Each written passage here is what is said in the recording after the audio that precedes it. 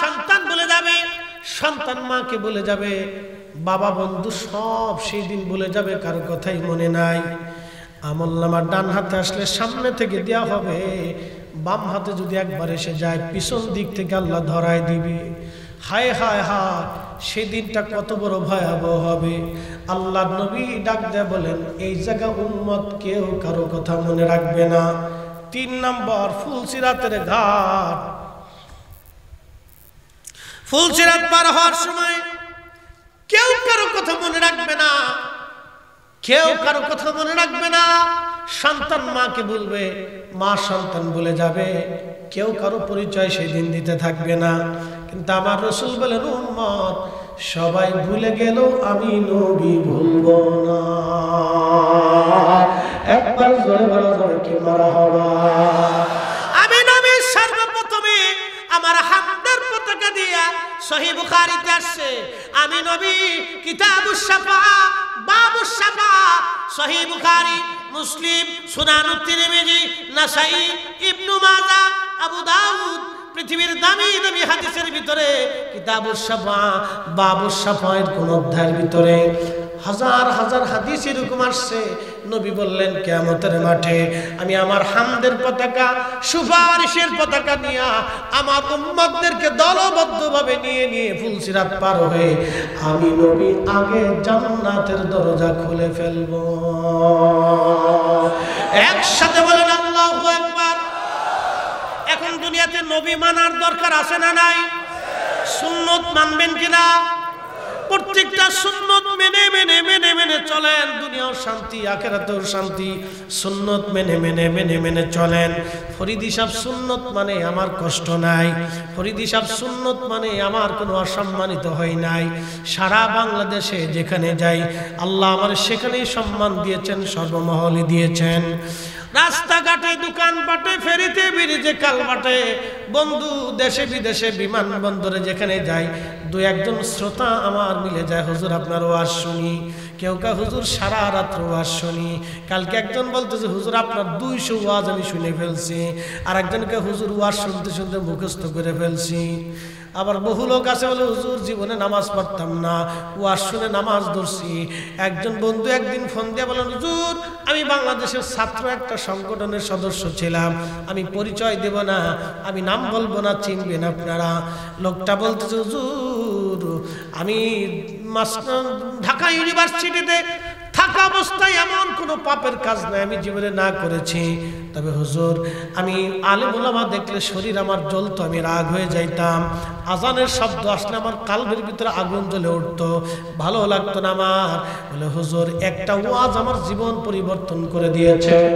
আপনি আপনার পীর মুর্শিদের দরবারে দাঁড়ায়া হযরত বেলালের শানে ওয়াজ করেছিলেন।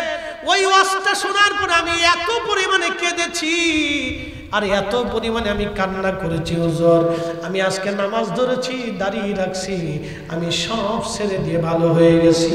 দোয়া করবেন বাকি জীবন যাতে আল্লাহ রাসূলের পথে চলতে পারি। এইরকম বহু মুসল্লি আমার আছে, একবার জোরে বলা যাবে কি মারহাবা। প্রিয় ভাই আমার, খুবই মনোযোগ দিয়ে কথাগুলি শুনে যাবেন। আজ রব্বুল আলামিন ডাক দিবে, যাও তোমার সন্তানদেরকে ডেকে নিয়ে আসো। বড় ছেলেকে ডাকা হবে, বেটা আমার তোমার সুখের জন্য আমি সুদ ঘুষ করে অন্যায় করে জমি জমা করছিলাম, বেটারে আজকে আল্লাহর দরবারে হাসরের মাঠে আসামি হয়ে গেছি। ওরে বেটা, এই সম্পদের কারণে আজকে আমি গুনাহগার হইছি।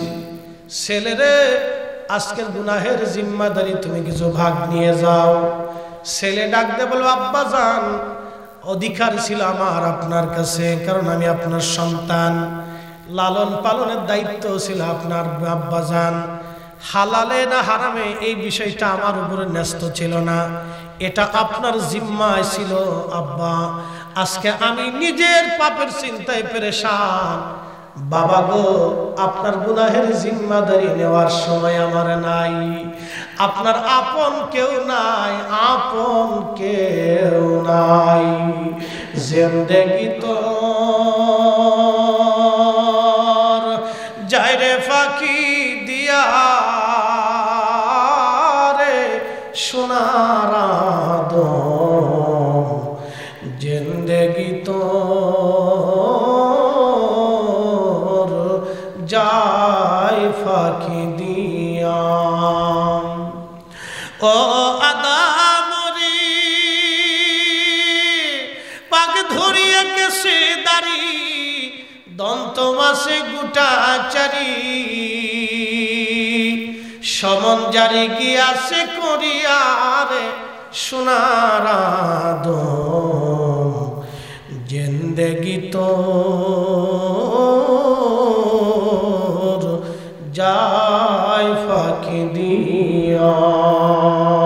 আল্লাহুম্মা সাল্লি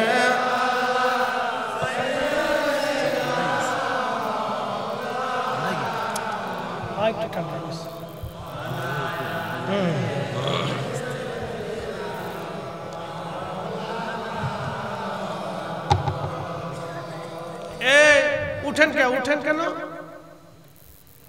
পেশাবে ধরছে? না উঠা যাবে না ভাই, জরুরিয়াত ছাড়া উঠার দরকারটা কি? আমি বলছি না আমি বেশি রাত করবো না। আচ্ছা আমার কথা কি কোনো অপ্রয়োজনীয় কথা হচ্ছে? সবার জীবনের প্রয়োজনের কথা বলতেছি ভাই রে। আমি তো আপনাদের অনেকের বয়সের অনেক ছোট, নসিহত করার মতো যোগ্যতা তো আমার নাই, শুধু পরামর্শ দিচ্ছি যে আপনারা এই কাজ করতে পারেন। ওঠা যাবে না, বসতে হবে। আপনি একজন মাঝখান থেকে উঠলে আর এক ভাইয়ের মন নষ্ট হয়ে যায়, আর আল্লাহ রহমতের ফেরেশতারা ফিরে চলে যায়।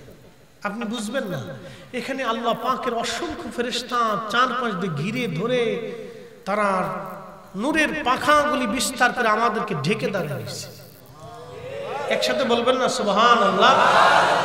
আল্লাহর নবী বলেন হিলাকুজ জিকির, এই যে জিকিরের মজলিস অনেকেই হাসি তামাশা করে যে এটা কি পাগল পাগল নাকি? না হিলাকুজ জিকির হুয়া রিয়াজুল জান্নাহ। আল্লাহ রাসূলের পবিত্র জবানের কথা, জিকিরের মজলিস আল্লাহর বেহেশতের বাগান। মদিনাতে কোনোদিন গেছেন? হজে যাওয়ার কেউ আছে এখানে? হজে যারা গেছেন বা মদিনাতে গেছেন, যদি না থাকেন তাহলে আমি বলে দিচ্ছি, মনোযোগ দেন। যদি কোনোদিন রওজা শরীফে যান, আল্লাহর হাবিবের রওজা শরীফের ডান পাশে একটু আগে একটা মিম্বর শরীফ আছে। ওই মিম্বর থেকে রওজা শরীফ পর্যন্ত নবীজি যেখানে রওজা শরীফ, এটা ছিল হুজুর সাল্লাল্লাহু আলাইহি সাল্লামের পবিত্র হুজরা। এখানে তিনি আম্মা জান আয়েশা সিদ্দিকা রাদিয়াল্লাহু আনহাকে নিয়ে সংসার করতেন এবং অন্যান্য আম্মা জানরাও আশেপাশে থাকতেন ওখানে। বাম পাশে বামে জিব্রাইলের দরজা, এই দরজা দিয়ে জিব্রাইল আলাইহিস সালাম আসতেন। আরেকটা দরজা আছে বাবুন নেসা, নারীরা ওই দরজা দিয়ে নবীজির কাছ থেকে পর্দার আড়াল থেকে মাসলা মাসাইল জানতেন। একসাথে বলবেন না মারহাবা। কারা আসতেন? নারীরা। জোরে বলেন কারা আসতেন? কোথায় আসতেন? রাসূলের দরবারে বাবুন নেসা দিয়ে আলাদা একটা পিছনের দরজা ছিল, ওই দরজা দিয়ে পর্দার আড়াল হয়ে নবীজির কাছ থেকে মাসলা মাসাইল জানতেন। নবীজি ঘরের ভিতরে থাকতেন, মহিলার এই পাশে এসে বসে নবীজির কাছে বিভিন্ন মাসলা মাসাইল বিষয়ে প্রশ্ন করতেন, নবীজি সমাধান দিতেন। এজন্য মহিলারা ওয়াজে আসবে, মহিলারা ওয়াজে কথা কন না, মহিলারা ওয়াজে আসবে, তারা ওয়াজ শুনবে। যদি এরা ওয়াজ না শুনে তাহলে আমাদের জাতি আগামী অন্ধকারে নিমজ্জিত হবে। আমার এই কথা শোনার পরে 100 মহিলার ভিতরে 10 জন হলো আমল করার চেষ্টা করবে। কথা বলুন ঠিক কিনা? এখান থেকে উসুল জেনে দেন, মহিলারা আসবে। রাসূল কারীমের দরবারেও মহিলারা ওইভাবে পর্দার আড়ালে বাবুন নেসা দিয়ে ঢুকতেন। আল্লাহর হাবিবের রওজা শরীফ রিয়াজুল জান্নাহ, দুনিয়া একটা জান্নাতের বাগান। এখানে যারা নামাজ পড়বেন বুঝবেন জান্নাতে নামাজ পড়েছেন। এখানে দোয়া করলে বুঝবেন আপনি জান্নাতের ভিতরে দোয়া করেছেন। আরো জোরে আল্লাহর নবী আরো বলছেন হিলাকুজ জিকির ওয়া রিয়াজুল জান্নাহ, দুনিয়ার জিকিরের মজলিস আল্লাহর বেহেশতের বাগান। এখন আপনাদেরকে বুঝাই, অনেকেই এই ওনার ব্যক্তিগত মতামতে বা ওনার বুঝে উনি বেদাত বলতে পারে, স্বাধীনতা আছে, বলার সুযোগ আছে, বলতে পারে। কিন্তু আমি আপনাদেরকে বুঝাই, এখানে আমরা যখন দোয়া করব তখন সবাই কার কাছে দোয়া করবে? না বলবো খাজা বাবা আপনি আমাদেরকে দেন, প্রধানমন্ত্রী দেন, ডক্টর ইউনূস আপনি আমাদেরকে দেন, সুযোগ আছে? না, আমরা চাই কার কাছে? সবাই কার কাছে চাই? এই যে চাওয়াটা আল্লাহর কাছে, এই জিকিরটা কার? স্মরণ কাকে করতেছি? বারবার কাকে ডাকতেছি? আল্লাহ আপনি আমাদেরকে এটা দেন, আল্লাহ আপনি আমাদেরকে মাফ করে দেন, আল্লাহ আপনি আমাদেরকে দয়া করেন, আল্লাহ আপনি আমাদেরকে রিজিক দেন, আল্লাহ আপনি আমাদেরকে সুস্থ বানান। এই যে আল্লাহ আল্লাহ দেন, আল্লাহ দেন, আল্লাহ দেন, আল্লাহ দেন, আল্লাহ দেন, আল্লাহ দেন, আল্লাহ দেন, জিকিরটা হলো কার? তাহলে এই দুয়ার মজলিসটা কিসের বাগান? কথা কান জোরে বলেন, একসাথে বলেন। এখন এক ভাই এসে যদি বলে যে এইভাবে দলবদ্ধভাবে দোয়া করা বেদাত, তাহলে আপনি কি বুঝলেন? বোঝা গেল তার ভিতরে অসুস্থতা আছে। কি কথা কন না কেন? তার ভিতরে অসুস্থতা আছে। আপনাকে ছোট্ট পরিসংখ্যান দিয়ে বুঝাইলাম, ঝগড়ার কিছু নাই। কেউ যদি না করে জোর করারও কিছু নাই। কেউ যদি নামাজ না পড়ে আপনি কি ঘুষাইতে পারবেন? মারতে পারবেন? নাই, পরে নাই, এখন আপনি পড়তেছেন না, কি করার আছে? যদি ইসলামিক শাসন ব্যবস্থা থাকতো তাহলে আমরা বেনামাজির সাথে জোর করতে পারতাম। কথা ঠিক কিনা? তো আমরা করতাম না, এটা রাষ্ট্র করত। রাষ্ট্রীয় পুলিশ ব্যবস্থা থাকতো তখন পুলিশটা যেই লোক নামাজ পড়তো না, নামাজ বাদ দিয়ে রাস্তা দিয়ে ঘুরতেছে, তখন তাকে শোকজ করতেছে, তুমি নামাজের সময় কেন ঘুরো? এত টাকা জরিমানা বা এতটা বেত্রাঘাত বা 1-2 ঘন্টা জেল জরিমানা, এরকম তারা উপস্থিত জরিমানা করত। যেটা সৌদি আরবে হয়, আফগানিস্তানে হয়, ইসলামিক কান্ট্রি 2-1টা আছে তাতে হয়। তবে এখন সৌদি আরবে এটা বন্ধ করে দিছে, এটা এখন আর নাই। সৌদি আরবে ওপেন করে দিছে, মন চলে নামাজ পড়ুক, না বলে না পড়ুক। হ্যাঁ, সৌদি আরবে নাই এখন। ওই নামাজের সময় ঝাপটা বন্ধ করে দিয়ে দোকানের ভিতরে বসে বসে মোবাইল টিপতেছে, এরকম আর কি। তো যাই হোক, কিয়ামতের আগে এই ধরনের অনেক কিছুই হবে যেটা আমাদের কিছু করার থাকবে না। তো খুব মনোযোগ দিন, কেউ যদি দোয়া না করে, জোর করার কিছু নাই, কিচ্ছু করার নাই। তাহলে এখন বলেন আমাদের দোয়ার দরকার আছে কি নাই? প্রয়োজন আছে কি নাই? করবো কিনা? ইনশাআল্লাহ আমরা করবো, আমাদের প্রয়োজনে করব। আচ্ছা, আপনাদেরকে আরেকটু বুঝাই, এই দোয়া নিয়ে যেহেতু আসছে তাহলে দুটো কথা বলে দিয়ে যাই। মার কাছে বারবার চাইলে মা বেজার হয় না? হয়। আপনি যদি সকালে টাকা চান, মা 10টা টাকা দেন, দিছে। দুপুরে দেখলেন মা 20টা টাকা দেন, দিছে। রাতে দেখলেন মা 50টা টাকা দেন, দিছে। পরের দিন দেখলেন মা আরো 50 টাকা দেন, তখন বেটা কালকে তোর 3বার টাকা দিয়ে আজকে আবার টাকা চাস, গোলামের ভূত। মা কিন্তু চাইতে গেছে। মা কি হয়েছে? চাইতে গেছে। পৃথিবীতে মার চাইতে নিঃস্বার্থ ভালোবাসা কেউ আপনাকে দিবে না। মায়ের চাইতে নিঃস্বার্থ ভালোবাসা বাবার চাইতে আপনাকে কেউ দেবে না, না কেউ দিবে না। বলে কেমন? আমি আপনাদেরকে আরেকটু বুঝাই দিচ্ছি। আপনাদের বাড়িতে মুরগি আছে না? আছে না? অনেকে মুরগি পালে না? তো মুরগির ডিম দিছে বাড়ির মহিলা, আপনার সহধর্মিনী, আপনার স্ত্রী মুরগিতে ডিম পাড়ার জন্য মুরগির ফ্যাটের নিচে ডিম দিছে। আচ্ছা, মুরগি কতদিন ডিমের উপরে বসে থাকে? আমি জানি না, আমার মনে নেই। বলেন তো। হ্যাঁ, বুঝাইতেছি, দাঁড়া, সাড়া খাইলে। মুরগি ডিম তা দেয় কতদিন? 18-20 দিন। 18-20 দিনে ও কিন্তু বাহিরের খাবার টাবার খুব একটা খায় না। বুঝে যান মা কি জিনিস, মা বুঝে যান। এই যুবক, মাকে যারা ধমক দিস, বাবাকে যারা গালি দিস, তুই সমাজের নিকৃষ্ট জীব, কুত্তার চাইতে নিকৃষ্ট, শুয়োরের চাইতে নিকৃষ্ট। কথা বলেন ঠিক কি? ও শুয়োরের চাইতে নিকৃষ্ট। ও মানুষের বাচ্চা না, ও মানুষের জাতি না, ও মানুষই হতে পারে না।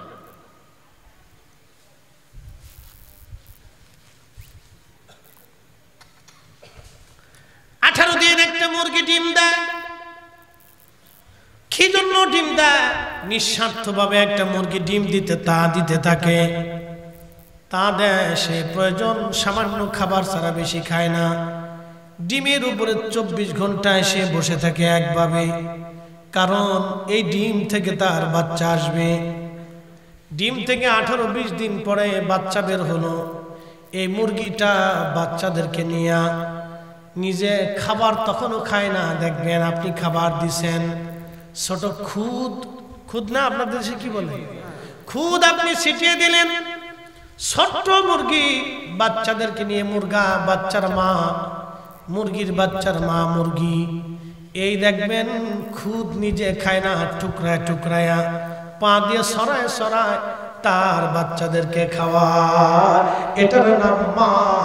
নিঃস্বার্থভাবে মা কলিজার ভিতর থেকে সন্তানদেরকে ভালোবাসে। কি কথা বলেন, ঠিক কিনা? ওগো মা, তুমি এ ধরনের শ্রেষ্ঠ নিয়ামত, তোমারই পদতলে রয়েছে জান্নাত। ওগো মা, তুমি এ ধরনের শ্রেষ্ঠ নিয়ামত, তোমারই পদতলে রয়েছে জান্নাত। এই মা মুরগাটা নিজে না খেয়ে বাচ্চাদেরকে খাওয়ায়। শুধু তাই না, যদি চিল আসে বাচ্চা ধরে নেওয়ার জন্য, মুরগি এমন একটা ডাক দেয়, সমস্ত বাচ্চাগুলি সে পাখনার নিচে নিয়ে যায়। তারপরও যদি চিল ধরার জন্য আসে, ওই মুরগাটা নিজের জীবন বাজি রেখে ওই চিলের সাথে, শিয়ালের সাথে বা কুত্তার সাথে মারামারি করে। মুরগি জানে আমি শিয়ালের সাথে মারামারি করে পারবো না, তারপরও মা মুরগাটা নিজের বাচ্চা বাঁচানোর জন্য নিজের জীবনকে ঝুঁকির মধ্যে ফেলাইয়া তার সন্তান বাঁচানোর চেষ্টা করে। তিনি মা মা মা। এই জন্য আল্লাহ রাসূল বলেন, উম্মত, তোমরা যদি মাকে কষ্ট দাও, 1000 বছর ইবাদত হলেও জান্নাতের চেহারা দেখবা না। ফরিদি সাহেব যত বড় বক্ত হোক না কেন, লক্ষ কোটি বছরের বক্তব্যের জীবনেও আহা জান্নাত খুঁজে পাওয়া যাবে না, জান্নাত হবে না, জান্নাত হবে না। বন্ধুরে, খুব মনোযোগ দিয়ে কথাগুলি শুনে যাবেন। আল্লাহ নবীর দরবারে একজন আশিক রাসূল ছিলেন, তার নাম ওয়াইস আল কারনি। ওনার জীবনী লিখেছেন আল্লামা ইমাম আবুল ফারাজ ইবনুল জৌজি। আজ থেকে 900 বছর আগে একটা কিতাব লিখেছেন, উয়ুনুল হিকায়াত। এই মিসকিনের ঘরে এই কিতাবখানা আছে, খুব মনোযোগ দিবেন। এই কিতাবের মধ্যে তিনি লিখেছেন, হযরত ওয়াইস আল কারনি রাদিয়াল্লাহু আনহু, তিনি একজন আশিক রাসূল ছিলেন, একজন মুজাহিদ ছিলেন। দুনিয়ার ওই যুদ্ধ করা মুজাহিদ না, মুজাহাদার মুজাহিদ ছিলেন তিনি। দুনিয়া বিরাগী আল্লাহর একজন মাসুক পাগল ছিলেন তিনি। সুদূর ইয়ামানের কন নগরে তিনি বসবাস করতেন। আহা, হযরত ওয়াইস আল কারনি এত বড় বুজুর্গ ছিলেন, উনি দুনিয়ার কোনো ব্যবসা বাণিজ্য করতেন না। মানুষের উট দুম্বা ছাগল চড়ায় দিতেন, রাখালগিরি করতেন। পয়সা দিলে খাবার খাইতেন, না দিলে না খেয়ে থাকতেন। ওনার জীবনের ভিতরে এসেছে বিচিগুলি ফেলে দিত। ওই বিচিগুলি রাস্তা দিয়ে টোকাইয়া টোকাইয়া টোকাইয়া কোন রকম সামান্য বিচিগুলি নিয়ে বাজারে নিতেন। ওই বিচিগুলি দিয়ে 2-1টা খেজুর ওনাকে দেওয়া হতো। ওই 2-1টা খেজুর এনে হযরত ওয়াইস আল কারনি নিজের জীবন কোন রকম বাঁচাইতেন। সারাদিন উনি না খেয়ে থাকতেন। দিনের ভাগের পরে একটা খেজুর দিয়ে ইফতার করতেন। এইভাবে 2-1 দিন পার হতো, শুধু পানি খেয়ে জীবন ধারণ করতেন। তারপরও সারা রাত্র আল্লাহর সেজদা থেকে নিজে সরতেন না। 24 ঘন্টা আল্লাহর ইবাদতে কাটাইতেন। বাড়ি ঘর বলে কিছুই ছিল না, একটা ছোট্ট ঝুপড়ি ঘরে থাকতেন। কিন্তু তার একজন মা ছিল।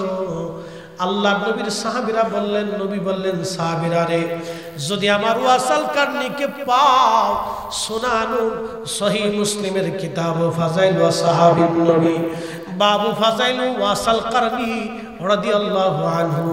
ওয়াইস আল কারনির ফজিলত সম্পর্কে ইমাম মুসলিম সহিহ মুসলিমে হাদিস লিখতে যায় লিখেছেন, আল্লাহ নবী বললেন, আমার সাহাবীরা রে, যদি কোনোদিন আমার ওয়াইস আল কারনির সাক্ষাৎ তোমরা পাও, তাহলে ওয়াসাল কারনির কাছ থেকে দোয়া চেয়ে নিও, কারণ আমার ওয়াসাল কারনির দোয়া করতে দেরি হবে, আল্লাহর দরবারে দোয়া কবুল হতে দেরি হবে না।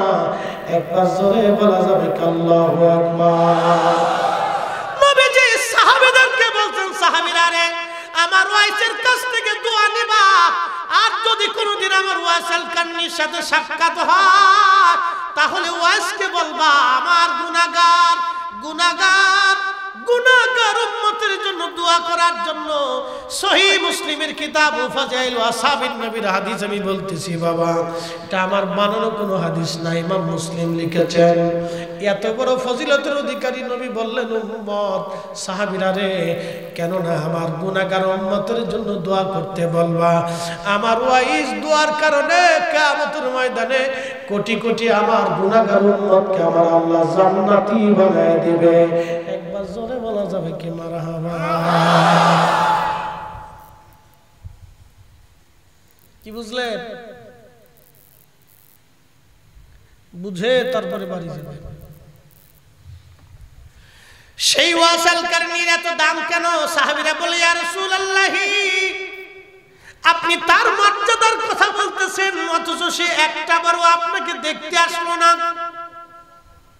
এ যুবক, তুমি শুনে যাও, একটা বারও সে দেখতে আসলো না আপনাকে, কারণ কি? তার এত মর্যাদা, তার সুপারিশে কিয়ামতের ময়দানে কোটি কোটি আপনার উম্মত জান্নাতে চলে যাবে। সুবহানাল্লাহ, কি আসতে না জানে। আহা, আল্লামা ইমাম আবুল ফারাজ ইবনুল জৌজি 900 বছর আগে ওনার কিতাবের মধ্যে লেখেন, ঠিক তখনই নবীজি ডাক দিয়ে বললেন, সাহাবীরা রে, আমার ওয়াইস আমার কাছে আসতে পারে না, একটা শরীয়ত তার বাধা হয়ে গেছে। বলে, হুজুর কি? বলে, তার একজন মা আছে, মাটা অন্ধ, চোখে দেখে না, বৃদ্ধ মা, একা চলতে পারে না। ওয়াইসের মা ছাড়া আর কেউ নাই, মায়ের ওয়াইস ছাড়া আর কোনো সন্তানও নাই। ওয়াইসাল কারনির মা ছাড়া আর কেউ নাই, ওয়াইসাল কারনির মা ওয়াইস ছাড়া আর কোনো সন্তানও নাই। আমার পাগল ওয়াইস মাকে কাঁধে করে কোলে নিয়ে ঘুরে বেড়ায়। আমার ওয়াইস নিজে রান্না করে মারে খাওয়ায়, মারে গোসল করাই দেয়, মার কাপড় চোপড় ধুতে করাই দেয়, মারে ঘুম পাড়ায় দেয়, মার চুল আশ্রয় দেয়, তেল লাগায় দেয়। সন্তানকে মা যেমন আদর করে, সেবা করে, যত্ন করে, আমার ওয়াইসাল কারনি, আমার ওয়াইসাল কারনি তার মার ওইভাবে সেবা করে। একবার জোরে বলা যাবে আল্লাহু আকবার। না না, চিৎকার মেরে বলেন আল্লাহু আকবার। আমার পীর মুর্শিদের কাছে এক ভদ্রলোক গেছে, তার বাড়ি রাজবাড়ি বালিকান্দি, মারা গেছে। আমি তখন স্টুডেন্ট, আমাকে একদিন বলতেছে, ভাইজান আমি গেছি, কিন্তু আমি যুবক। হুজুর কাছে গেলাম, হুজুর আমি মুরিদ হব। তো হুজুর বললেন, বাবা মা আছে? বলে, হ্যাঁ হুজুর আছে। বাবা তোমাকে মুরিদ করা যাবে না। বলে, হুজুর কেন? তুমি তোমার মার কাছ থেকে আগে জিজ্ঞেস করে আসো, যদি তোমার মা অনুমতি দেয় তাহলে আসবে। তো উনি বলতেছেন যে আমি পরের তারিখ আবার গেলাম, আম্মার কাছ থেকে অনুমতি নিলাম, মা বলল যাও। তো মার কাছ থেকে অনুমতি নিয়ে আমি দাঁড়াইলাম। হুজুর আজকে আমাকে জিজ্ঞেস করলেন না, কিন্তু বায়াত করাই দিলেন। তো আমি দাঁড়াই রয়েছি, তেমন সময় এক ভদ্রলোক ফল টল দিয়ে কিছু ভালো জিনিস হুজুরের জন্য হাদিয়া আছে, আমরা নজরানা বলি। তো নজরানা নিয়ে আসছে। তো হুজুরের সামনে সারেং সাহেব ছিল, ফরাদ ভাইয়ের আব্বা। তো সামনে আনার পরে হুজুর আস্তে করে বাম দিকে মুখ ঘুরাইলেন। তো উনি বলতেছে, হুজুর এই লোকটা অনেক দূর থেকে আপনার জন্য কিছু ভালো ভালো খাবার টাবার ফল ফ্রুট নিয়ে আসছে, একটু দোয়া চায়। হুজুর আবার ডান দিকে মুখ ঘুরাইলেন, আবার বলতেছে, হুজুর অনেক দূর থেকে আসছে, অনেক কিছু নিয়ে আসছে, আপনার দোয়া চায়। হুজুর আবার বাম দিকে মুখ ঘুরে আরেকজনের সাথে কথা বলে, ওনার দিকে তাকায় না। তো আবার শানিক সাহেব বলতেছে, হুজুর অনেক দূর থেকে আসছে, লোকটা দোয়া চায়। তো হুজুর কেবল এবার জালালি হয়ে বলেন, বাবা ওনাকে বাড়ি নিয়ে ওনার খাবার ফেরত নিয়ে যেতে বলে। ওনার মাকে খাইতে দেয় না, উনি আমাকে খাইতে দিতে আসছে। একসাথে বলবেন আল্লাহু আকবার। আপনারা তো জানেন জাকিরদের হালত, হুজুর বলছে থাবা দিয়ে ধরছে সবাই, কলার টলার টাইনে ধরে মাইরিয়ে ফেলাই দেবে। এই মেয়ে আপনি করছেন কি? তো লোকটা বলতেছে হ্যাঁ আমার ভুল হয়ে গেছে, আমার ঘরে বৃদ্ধ মা বাবা আছে, আমি মা বাবার খাইতে দিই না, জুদা হয়ে গেছি, আমি হুজুরের কাছে খাবার নিয়ে এসে তাড়াতাড়ি যান, বেরোন এখান থেকে, দূর হয়ে যান, আপনার এখানে কোনো জায়গা নেই। তো কেউ যদি হুজুরের মুরিদ হয়ে থাকেন আর বাবা মার খেদমত যদি না করে থাকেন, তাহলে আর খুশি আপনার জন্য যাওয়ার প্রয়োজন নাই। এই কথা বলেন, আপনাকে কে দেখতে বলছে? কে মুরিদ হইতে বলছে আপনারে? জাকির হইতে বলছে কেন?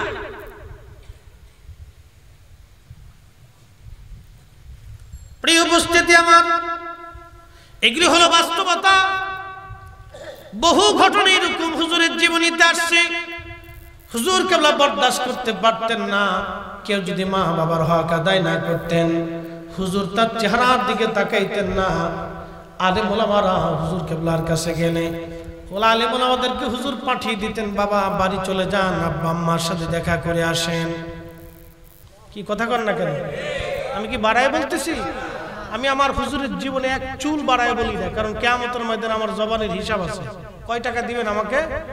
কত কোটি টাকা দিবেন? হ্যাঁ, কত হাজার কোটি দিবেন আপনি আমাকে? কত হাজার কোটি দিবেন? পৃথিবীর বাদশা বানাই দিতে পারবেন না। আর কিয়ামতের ময়দানে আল্লাহর আদালত থেকে আপনি বাঁচাইতেও পারবেন না। অতএব ফাওয়াজ করে আমার জীবনে কোনো লাভ নাই। অতএব যেটা সাক্কা বিশুদ্ধ এটাই বলতে হবে। কি কথা ঠিক কিনা? এর বাহিরে কোনো আলেমের যাওয়ার সুযোগ নেই, কখনোই নেই। যেটা সাক্কা পাক্কা সঠিক ওটাই বলতে হবে। যেটা ভুল সেটা ভুলই বলতে হবে, যেটা রাইট সেটা রাইট বলতে হবে, যেটা ন্যায় সেটা ন্যায় বলতে হবে, অন্যায়কে অন্যায় বলতে হবে। যদিও পৃথিবীতে অন্যায় ন্যায় অন্যায় সব মিলেমিশেই আছে, ভালো মন্দ সব জায়গায় আছে। এখানে কি সবাই ফজরের নামাজ পড়ছে? হ্যাঁ, কথা কর না কেন? সবাই পড়ছে। এশার নামাজ কি সবাই পড়ছে? এই গ্রামের মানুষ কি 100% নামাজ পড়ে? না, পড়ে না। তাহলে সবার ভিতরে ভুল আছে, কথা ঠিক কিনা? তো ভুলকে ভুলই বলতে হবে, যদিও ভুলের মধ্যে আছে, কিন্তু ভুল মানতে হবে। আমি অন্যায় করছি, ধরেন আমার এটা ভুল, স্বীকার করতে, ভাই এটা আমার ভুল আছে, কথা ঠিক কিনা? এটা আমার ভুল আছে, এটা স্বীকার করতে হবে। এটা আল্লাহর কাছে স্বীকার করতে হবে যে আল্লাহ আমি ভুল করে ফেলেছি, আল্লাহ আমার ভুল হয়েছে, আপনি মাফ করে দেন আমার। ভুলকে ভুল স্বীকার করতেই হবে, সঠিক থেকে সঠিক বলতে হবে, না এটা ঠিক আপনাকে বলতে হবে। প্রিয় উপস্থিতি আমার, এরকম অনেক ঘটনা হুজুরের জীবন থেকে আমরা বলতে পারি। হযরত ওয়াসাল কারনির মা ওয়াইস ছাড়ার কেউ নাই। নবী বললেন মাকে রান্না করে ওয়াসাল কারনি খাওয়ায় দেয়, মারে গোসল করায় দেয়, অন্ধ মা বিছানা বিছায় দেয়। মরুভূমি মরুদ্যান দেশ বিদেশ যেখানে ওয়াসাল কারনি যাইতেন কাঁধে করে নিয়ে মাকে নিয়ে ঘুরে বেড়াইতেন। বৃদ্ধতার কারণে সুদূর ইয়ামান থেকে আমার ওয়াইস মদিনাতে ইচ্ছা থাকার পরও আমি নবীর সাথে দেখা করতে আসতে পারে নাই। একবার জোরে বলা জোরে আল্লাহু আকবার। আল্লাহুম্মা সাল্লি আলা সাইয়্যিদিনা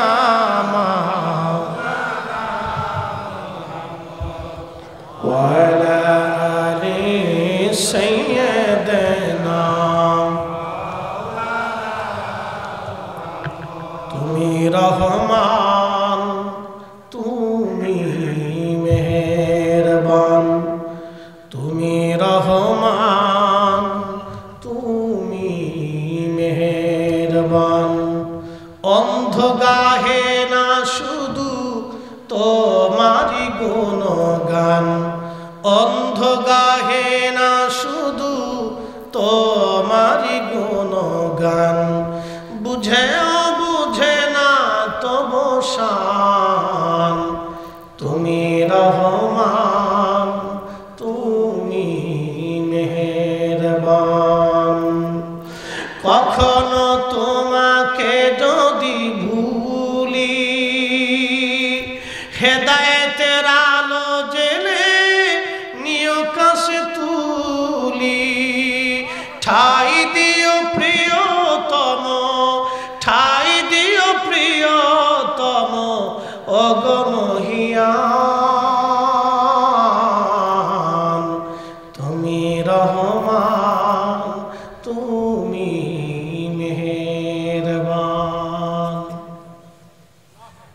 হইতেছে?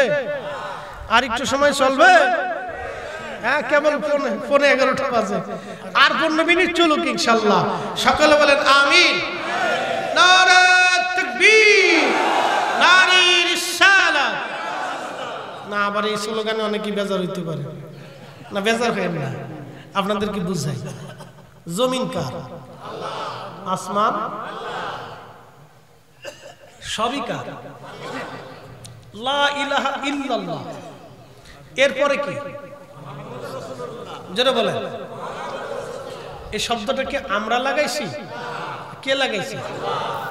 আল্লাহর পরেই রসুলের শব্দটা, লা ইলাহা ইল্লাল্লাহ মানার পরেই মুহাম্মদ রাসূলুল্লাহ সাল্লাল্লাহু মানতে হবে। বলে হুজুর কোন দলিলে?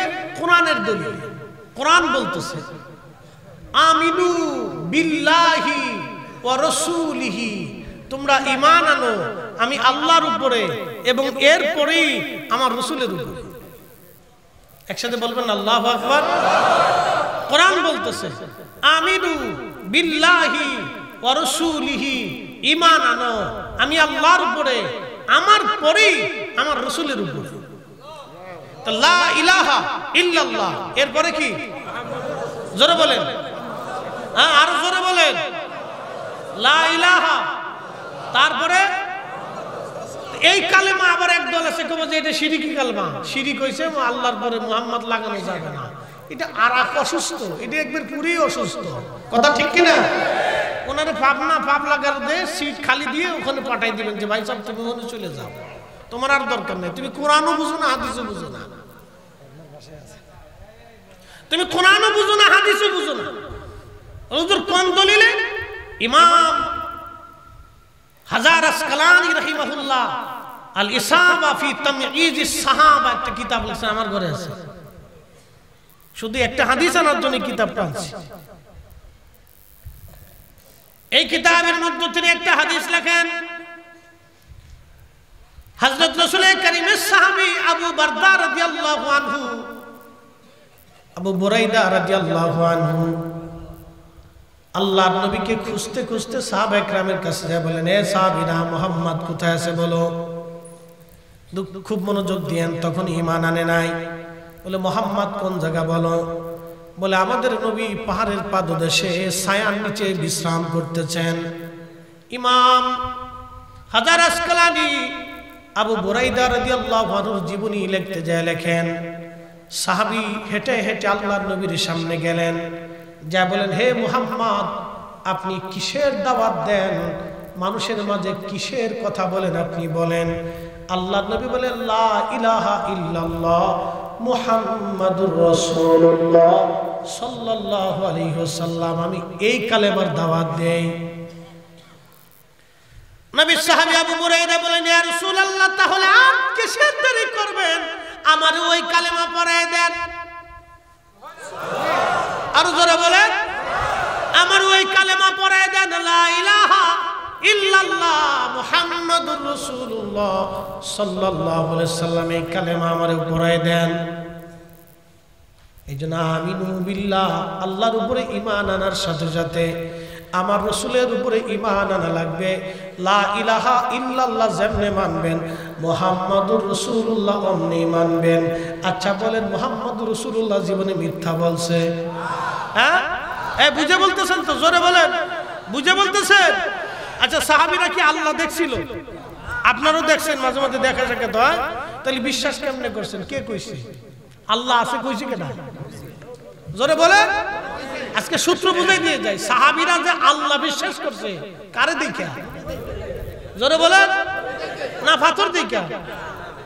কোরআন শরীফ নাজিল হয়েছে আল্লাহ রাসূলের কালব মুবারকে, এটা কি দেখা গেছিল? আল্লাহ যে নাজিল করছে এটা কি দেখা গেছে? রাসূল কারীম বলছেন যে আল্লাহ এই আয়াত দিবেন, সাহাবীরা বিনা বাক্যে বিশ্বাস করে নিছে। সাহাবীরা ঈমান আনছে কি দিয়া? নবী দিয়া। সাহাবীরা নামাজ বুঝছে কি দিয়া? নবী দিয়া। সাহাবীরা আখিরাত বুঝছে কি দিয়া? নবী দিয়া। সাহাবীদের পুরো জিন্দেগি ছিল নবী দিয়া। এজন্য ইমরান মাযহারি বলে গেছে কোরআনের একটা আয়াতে সূরা নিসার ৮০ নম্বরে আল্লাহ বলেন মাইয়ুতির রাসূলা ফাকাদ আতা আল্লাহ। হে বান্দারা আমার রাসূল মানলে আমি আল্লাহ মানা হয়ে যাব। একসাথে বলবেন আল্লাহু আকবার। নবী মানলে কাকে মানা হয়? নবী মানলে কাকে মানা হয়? নবী মানলে কাকে মানা হয়? এই সহজ কথাটা বুঝে যাবে।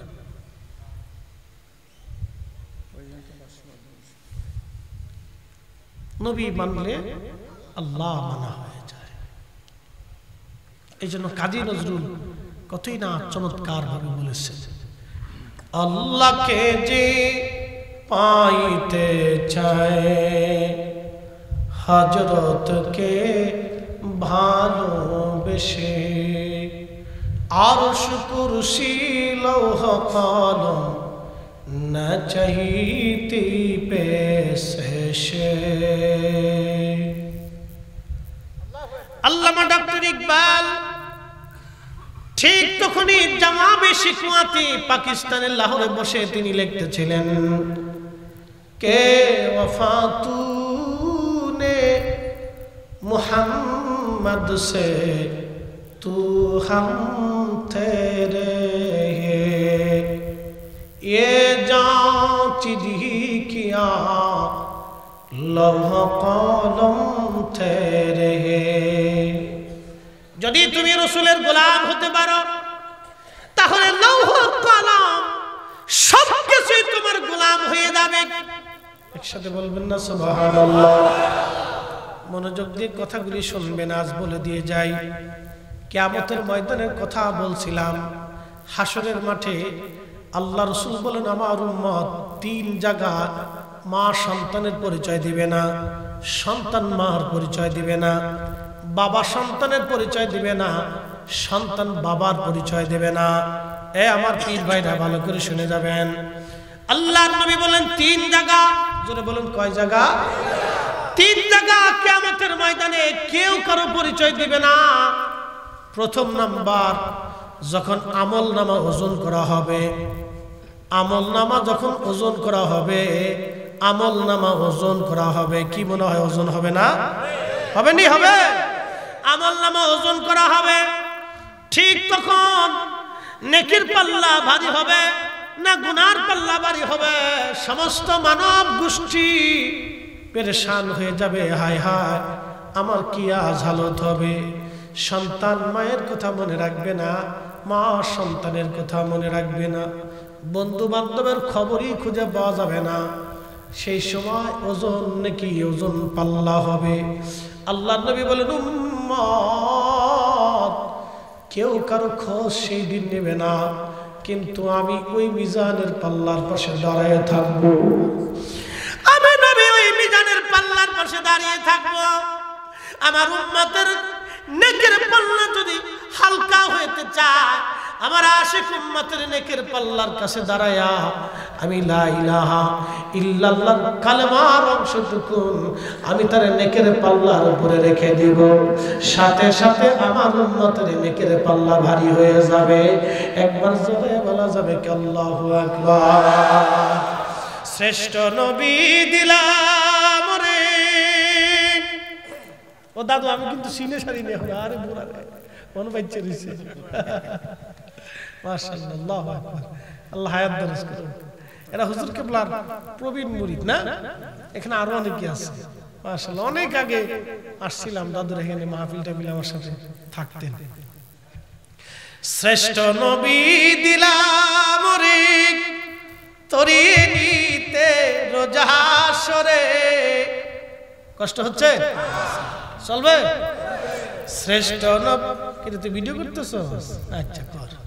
শ্রেষ্ঠ নবী দিলাম রে তরি নিতে রোজা হাসরে, পথ না ভুলি তাই তো দিলে পাক কোরআনের বাণী খোদা তোমার মেহেরবানি।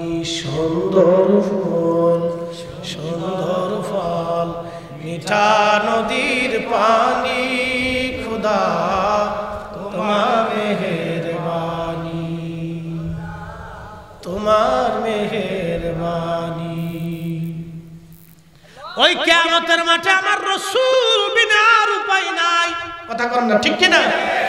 এই জন্য আমার হুজুর বলতেন, উপায় নাই রে, উপায় নাই রে, উপায় নাই, উপায় নাই রে, উপায় নাই রে, উপায় নাই। দয়াল নবীর চরণ বিনে উপায় নাই, দয়াল নবীর শাফায়াত বিনে উপায় নাই। সেদিন নেকের পাল্লাগুলি ওজন হালকা হতে থাকবে। প্রিয় নবীজি বলতেছে, উম্মত আমি মিজানের পাশে দাঁড়ানো সবাইকে ভুলে যাবে সেই দিন, কিন্তু আমি রাসূল তোমারে ভুলব না। এখন দুনিয়াতে যে উম্মত নবী ভুলে যাবে, কিয়ামতে ওই নবী উম্মতকে মনে রাখবে না, ঠিক কি না? এই জন্য হুজুর কেবলা বললেন, বাবা এশার নামাজ পড়ে ঘুমোতে যাওয়ার আগে 500 বার দুরূদ পড়ো, কারণ এই ঘুমটা তোমার জীবনের শেষ ঘুম হতে পারে। এই জাকির ভাইরা খালি বিড়ি টানেন না, হ্যাঁ? উচিত কথা আমি কাউরে ছাড়ি না, কাউরে ছাড়াছাড়ি নেই, এগুলো আজকে ছেড়ে দিবে। পায়ে হাত দিয়ে বলতেছে, আপনি আমার ভাই, আপনাকে আল্লাহর দিকে ডেকে না আমার দায়িত্ব। আপনারা আমাদেরকে সর্বোচ্চ আদর করেন, সর্বোচ্চ ভালোবাসা আপনারা আমাদেরকে দেন। আপনার অনেক কষ্টের টাকা আপনি আমাকে হাদিয়া দিবেন, তা আপনাকে আমি আসল পথে ডাকবো না তো নকল পথে ডাকবো নাকি? হুজুর কেবলা বললেন, বাবা এশার নামাজের পরে 500 বার দুরূদ শরীফ তুমি পড়ো, কারণ তোমার জীবনের শেষ রাত হতে পারে, আর কোনোদিন তুমি ঘুম তোমার নাও ভাঙতে পারে, জীবনের শেষ ঘুম তোমার হতে পারে। বাবারে এশার নামাজ পড়ে 500 বার দুরূদ আমার রাসূলকে তুমি হাদিয়া দাও।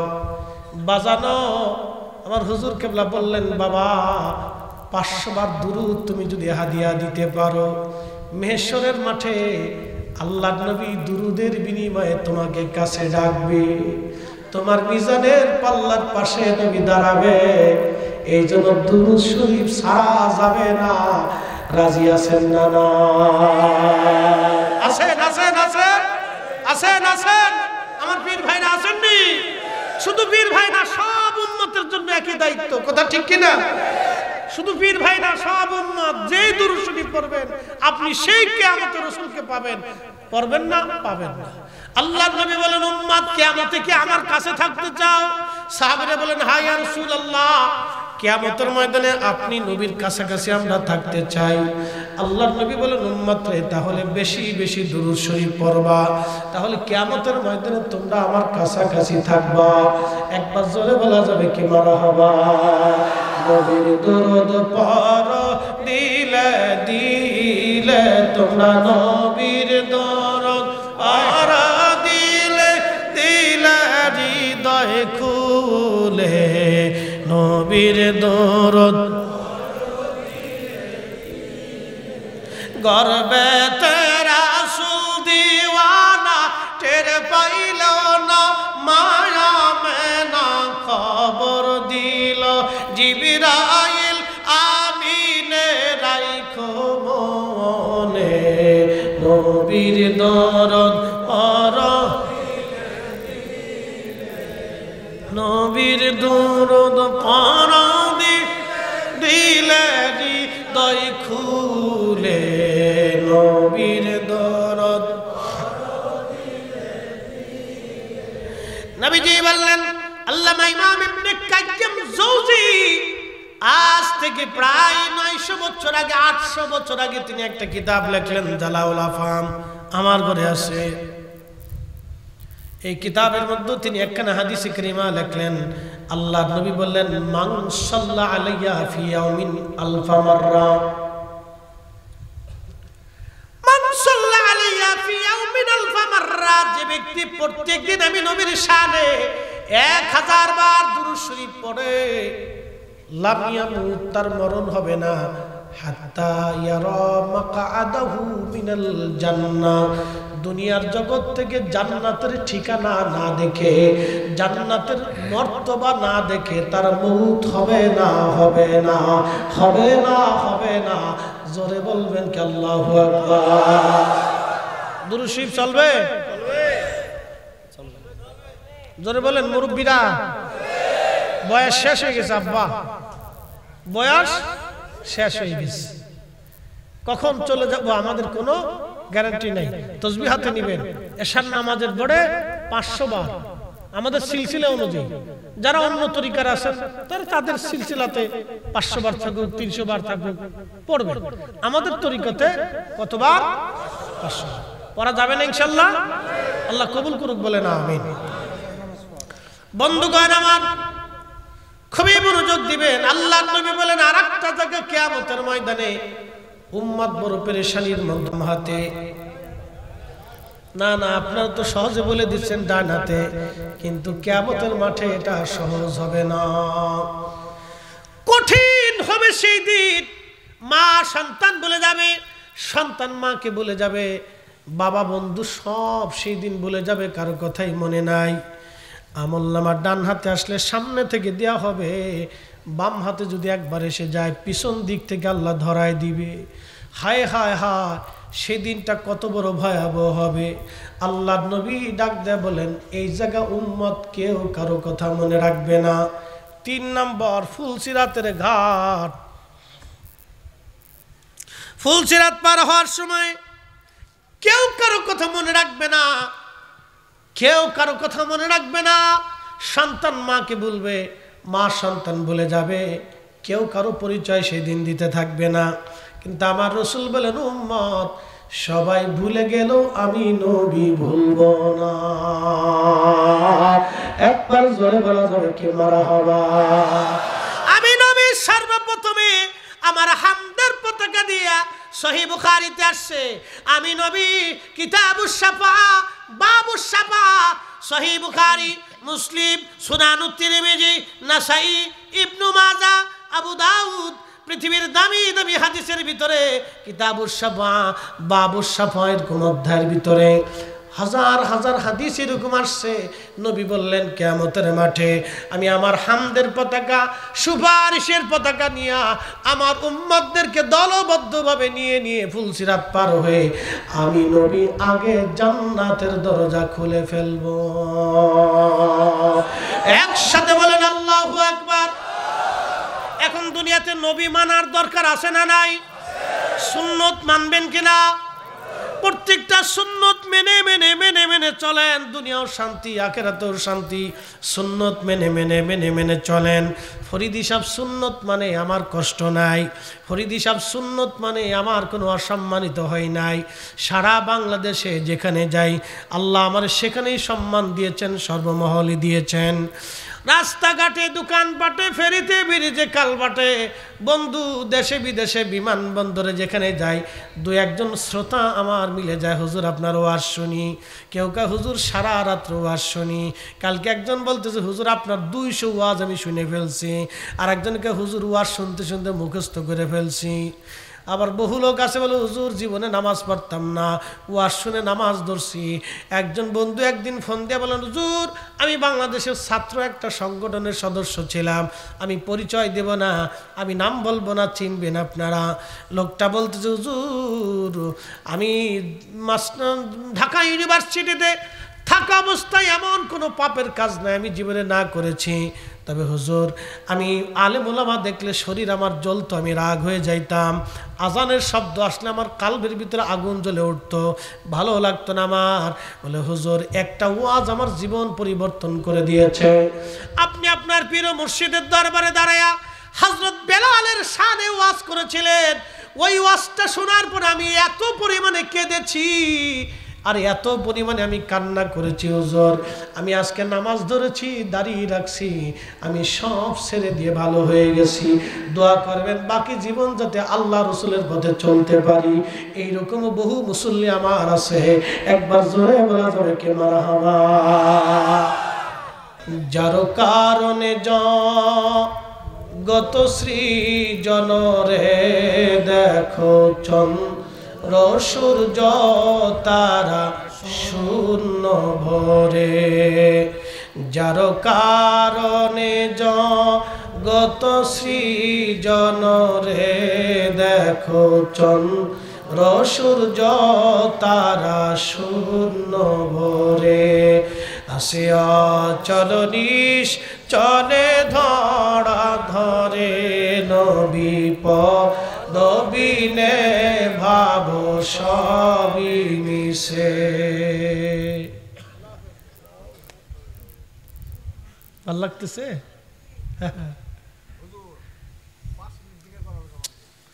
করাবানি ইনশাল্লাহ, চিন্তার কারণ সারা রাত্রে করম আজকে যা যদ্দূর আপনারা পারেন না করম। জিকিরের দরকার আছে। জিকির আমাদের একটা খোরাক। জিকির কেন খোরাক আমি আপনাদেরকে বুঝাই। আমি চা খাইছি কিনা, খাইছি কিনা চা? কেন খাইছি? আপনারা খাইলেন না, আমি কেন খাইলাম? আমি যে ওয়াজ করতেছি আমার এই কণ্ঠটাকে ক্লিয়ার রাখার জন্যে, শক্তিশালী রাখার জন্য আমি চাটা খাইছি। তার হচ্ছে আমার কণ্ঠের খোরাক হচ্ছে চা, ঠিক কিনা? আচ্ছা, আপনারা খাওয়া দাওয়া করছেন না, তারপরও খাবেন না, তো কেন খাবেন? খাইলে শরীরে পুষ্টি আসবে, শক্তি আসবে, এটা দেহের খোরাক। আর আল্লাহ জিকির হচ্ছে হৃদয়ের খোরাক, কালবের খোরাক। সুবহানাল্লাহ বলবেন না? আর দুরূদ শরীফ হচ্ছে রাসূলুল্লাহর প্রেমের খোরাক, নবীজির প্রেমের খোরাক। সুন্নতের আমল, দাড়ি রাখা, ডান হাত দিয়ে খাওয়া, মেশক করা, নবীজির সুন্নতগুলি মেনে মেনে চলা, এগুলি হচ্ছে আল্লাহ রসুলের মহাব্বতের খোরাক। এগুলি করতে হবে। যেই খোরাক, সেই খোরাক আপনি না দিলে আপনি ব্যর্থ হবেন। কবরে চলে যাওয়া লাগবে না? আচ্ছা, কবরে গেলে এই যে দেহের যে খোরাক আছে, খাইয়েটা শক্তিশালী হয়ে গেলেন, কোনো লাভ হবে?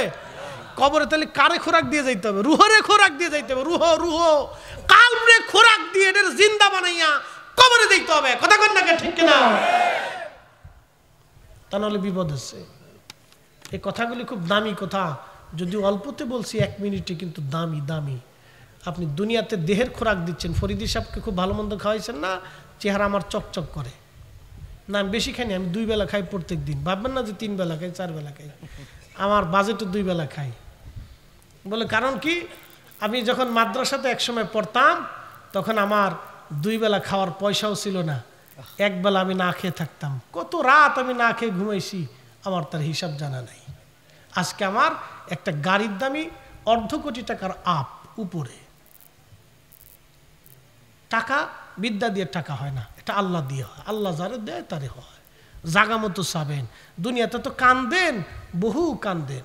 ছেলে মরে গেলে কান্দেন, অর্থের জন্য কান্দেন, ফুলাফানের লেগে কান্দেন, বউয়ের ফিরিতি পরে কান্দেন, আবার আমরা ফুলাফান সেরিগের ফিরিতি পরে কান্দে। এটা কান্দে লাভ নাই।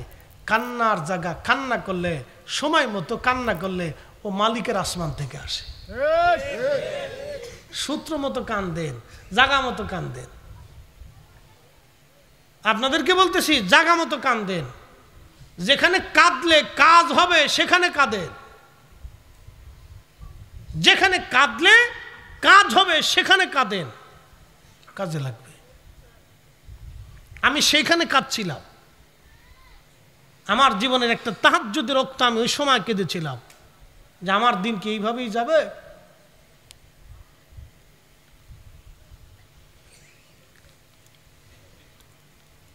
জাগা মতো কাঁদেন, কাঁদলে কাজ হবে, না হলে কোনো কাজ নেই। প্রিয় উপস্থিতি আমার, এই যে রুহের খোরাক দেন, যেটা দিলে সব ঠিক থাকবে।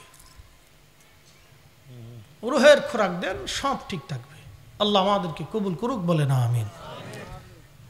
এক ভাই কি প্রশ্ন করছে দিন? আচ্ছা, আমার এক ভাই বলছেন আমার স্ত্রী, উনি বাংলা ভাষায় লিখে বলছেন আর কি, লেখার সময় লিখতে হয় আমার সহধর্মিনী বা আমার সহধর্মিনী, লিখলে ভাষাটা সুন্দর হয়। লেখছে আমার বউ। আচ্ছা ঠিক আছে, আপনারই বউ, বাংলায় লিখে দিচ্ছে, ঠিক আছে, অসুবিধা নেই, আপনারই বউ। আমি ব্যতীত বৈঠকে যাই, তো সেটা কতটুকু যাইস না? আপনাকে নিয়ে যাওয়াটা উত্তম, অথবা আপনাকে পৌঁছাই দিতে হবে, নিয়ে আসতে হবে। কথা ঠিক আছে নি আপনাদের? আপনারা যখন যাবেন, আসবেন, তখন আপনাদের স্ত্রীকে সাথে করে নিয়ে আসবেন, অথবা যদি আপনি একান্তই না পারেন, আপনার সন্তান বা আপনার মরিন দিয়ে তাকে পাঠাবেন সহযোগিতা। একা একা ছাড়া ঠিক না, কারণ যুগ জামানা এমনিই তো খারাপ। কথা ঠিক কিনা? যুগ জামানা এমনিই খারাপ, এটা করেন। ভাই খুব সুন্দর প্রশ্ন করছে, ধন্যবাদ ভাইকে। আর একটা বিষয় আছে, পিতামাতার এটা আলোচনা হয়ে গেছে। স্বামী স্ত্রীকে তালাক দিলে পরবর্তীতে স্ত্রী ফেরত নেওয়ার বিধান নিয়ে একটু কথা বলার জন্য অনুরোধ রইল। বাবারে, তালাকের মাসলা অনেক জটিল মাসলা এবং ব্যাপক মাসলা। এখন কিভাবে তালাক দিছে, কয় পদ্ধতিতে দিছে, 3 তালাক কিভাবে পতিত হবে, এটা আপনাদেরকে সহজভাবে বলে দেই। তালাকের ঝাইঝামেলা যদি আসে, তাহলে সরকারিভাবে ইসলামিক ফাউন্ডেশন কর্তৃক কিছু কাজী আছে বাংলাদেশে, আলেম কাজী। আপনারা তাদের কাছে গেলে ওই সাক্ষী তলবের মাধ্যমে কথার ধরন, তালাকের স্থান, বিষয় আসে, তারা নির্বাচন করে আপনাদেরকে তারা লিখিত ফতোয়া দিয়ে, যদি বিয়ে পড়ানোর দরকার হয় নতুন করে বিয়ে থা পড়াই দেবেন, কিছু পয়সা করে নিবেন আর কি। তবে ওই কাজীর কাছে যান না যে কাজী মুইতে পানি লেয় না। কি কথা করলে, এরকম কাজী আছে না যে মুইতেও পানি লেয় না, এরিয়া কাজী না, এটা ভালো আলেম কাজী যারা মুফতি মুহাদ্দিস, এরকম আছে না? আছে আছে আছে। জেলার যিনি প্রধান কাজী, এরকম কাজী দেখে আপনারা যাবেন, ওনারা সমস্যার সমাধান দিয়ে দিবে। এগুলি আমাদের কাছে চাইয়েন না, আর আমাদের মসজিদের ইমাম সাহেবকে ডিস্টার্ব করার দরকার নাই। এগুলো তালাকের মাসালা, যদি এই ঝামেলায় পড়েন সরাসরি জেলার যিনি প্রধান কাজী আলেম আছে, মুফতি মুহাদ্দিস আছে, এরকম দেখা আপনার তাদের কাছে গেলে এরা আপনাদেরকে সমাধান দিয়ে দেবে, একবারে ফতোয়া বোর্ডের মাধ্যমে ওনারা আপনাদেরকে দিয়ে দেবে। কারণ তালাকের ধরন, স্থান, কাল, এগুলি নানান বিষয় আছে, তো এগুলি মাহফিলের সমাধান হয় না। আল্লাহ আমাদেরকে বুঝার তৌফিক দিক, বলে না আমিন। আর তালাকের মাসলা চাইলেন, তালাক শব্দ উচ্চারণ করাই তো ঠিক না। কি কথা কন না কে? তালাক শব্দ উচ্চারণ পুরুষের জন্য করাই তো ঠিক না। আমরা যত রাগ হোক, আপনি তালাক বলবেন কেন? লজ্জা করে না? আপনি পুরুষ হয়ে স্ত্রীর ব্যাপারে তালাক শব্দ উচ্চারণ লজ্জা করে না? আপনার স্ত্রী যদি আপনার তালাক শব্দ বলতো কেমন লাগতো? হ্যাঁ, আপনার স্ত্রী দুর্বল দেখে কি আপনি তালাক বলবেন নাকি? ছি ছি ছি ছি। আল্লাহ রসুল বলছেন, হে আমার উম্মত, তোমরা শুনে নাও, কিয়ামতের আগে একটা আলামত, কিয়ামতের আলামত শুনে নাও, তালাকের সংখ্যা বাড়বে, ডিভোর্সের সংখ্যা বাড়বে, ডিভোর্স বাড়বে, তালাক বাড়বে। এটাও শুনে নাও, যখন কোনো পুরুষ তালাক শব্দ উচ্চারণ করে তখন আরশে মোল্লা কাঁপতে থাকে। হাই হাই হাই, আরশে আজিম বলতেছে, ইয়া রাব্বি, আমি তার সাথে সম্পর্ক রাখবো না, কারণ সে সম্পর্ক ছিন্ন করতেছে। ইয়া আল্লাহ, আমি তার সাথে সম্পর্ক রাখবো না, সে নিজের সম্পর্ক ছিন্ন করতেছে। আল্লাহ, সে আত্মীয়তার সম্পর্ক ছিন্ন করতেছে। আপনি জানেন, তালাক হলে সবচেয়ে বেশি কষ্ট কাদের হয়? বাচ্চাদের হয়। শুধু ঠিক, বহু বাচ্চা আছে শেষ পর্যন্ত কি হয় জানেন? বাবার প্রতি বিরক্ত হয়ে বাবাকে বাবাই মনে করতে চায় না। এ কাজ জীবনও করবেন না, সাবধান, আপনাদেরকে বলতেছি, ভুলেও এ কাজ করতে যাবেন না। স্বামী স্ত্রীর মনোমালিন্য হতে পারে, এক জায়গা হইলে ঠোয়াঠুই, কিলিকিলি, ফাঁসটাফাঁসটি, গুতাগুতি লাগে। কি লাগে না? মনে করতেছেন আমারও লাগে না? আমরারও লাগে। আলেম, পীর, মাশেখ, উলামা, ফুদালা, মুহাদ্দিস, মুফতি, প্রিন্সিপাল, শাইখুল হাদিস, প্রধানমন্ত্রী, রাষ্ট্রপতি, কারো ঘর বাদ নাই। কি কথা কথা, কারো ঘর, সবারই ঠোয়াঠুই, ঝগড়া একটু লাগে। ও লাগবেই। আবার এই ঝগড়া ফাসাদ না হলে প্রেম বাড়ে না। কি কথা কন না? একটু ঠোয়াঠুই না হলে আবার মোহাম্মত বাড়েও না। একটু ঠোয়াঠুই করার পরে শেষে বলছে, হুমায়ুনের বাপ মনে কিছু নিও না, ভুল হয়ে গেছে গা, বুঝছেন নি? এরকম একটু ঠোয়াঠুই হবেই। সেই জন্য এত রাগ করে থাক, আপনি বীর পুরুষ না ছাতা, আপনার মতো অপদার্থ দুনিয়া তারা আসেনি। থাক, খালি উঠতেছেন, থাক দিয়ে দিলাম তোরে। কি করছেন আপনি? ঘোড়ার ডিম ছাতা? এটি কি কোনো পুরুষের কাজ নাকি? পুরুষ তো তাকে বলে যে রাগের সময় নিজের রাগ নিয়ন্ত্রণ করে। কি কথা কন না কেন? পুরুষ তাকে বলে যে রাগের সময় রাগ নিয়ন্ত্রণ করতে পারে, সে হলো পুরুষ। আর মুসলমান তাকে বলে যে কঠিন সময় ধৈর্য ধারণ করতে পারে, সে হলো মুসলিম। এত সহজ। আমার পীর ও মুর্শিদ বসে বসে লক্ষ লক্ষ মানুষের কথা শুনছে। কি কথা কন না কেন? আমাদের কাছে 2-4 জন লোক আসলে আমরা অস্থির হয়ে যাই, ভাই সরে যান, দূর থেকে আসছি, কষ্ট হইতেছে, পরে আসেন। হ্যাঁ, আমাদের কাছে খারাপ লাগে। কিন্তু পীর মুর্শিদ বসে বসে বসে বসে কত মানুষের কথা শুনছে, একটা ধমক কোনো দিন দেন না। কেউ দাদু আপনি তো পড়বেন লোক, একটা ধমকও কোনো দিন। আমি মার পেট থেকে যাই, এই জন্য বলতেছি। আমার নানা হুজুরের মুরিদ ছিলেন, তো বুঝেন আল্লাহ আমরা কত আগে থেকে, ও ব্রিটিশ আমল থেকে। ধৈর্য, মুসলমানের ধৈর্য না থাকলে সে মুসলমানই হতে পারে না। আলেমের ধৈর্য না হলে সে আলেমই হতে পারে না। ধৈর্য হতেই হবে আলেমের। 1000 মানুষ আমাকে গালি দিব, ওটা সহ্য করতে হবে। আলেমদের ধৈর্য না হলে সে আলেমই তো না। সে কিসের আলেম? কিসের আলেম? কোথার থেকে লেখাপড়া করছে? কিসের আলেম সে? কোন আলেমের যদি ধৈর্য না থাকে সে আলেম হতে পারে না। ধৈর্য হতেই হবে তাকে, তাকে পরম ধৈর্যশীল হতে হবে।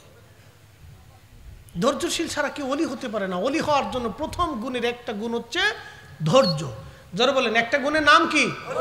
সবর। সবর ইসলামের এক মহাগুণের নাম সবর। সবর করতে হবে তাকে। আপনার স্ত্রীর সাথে রাগারাগি হয়েছে, আপনি তালাক দিয়ে দিয়েছেন, এই কাজ করাই যাবে না। আল্লাহ আমাদেরকে মানার তৌফিক দিক, বলেন আমিন। আসেন নবীজিকে দাঁড়ায় সালাম জানাই, ইয়া নবী সালাম।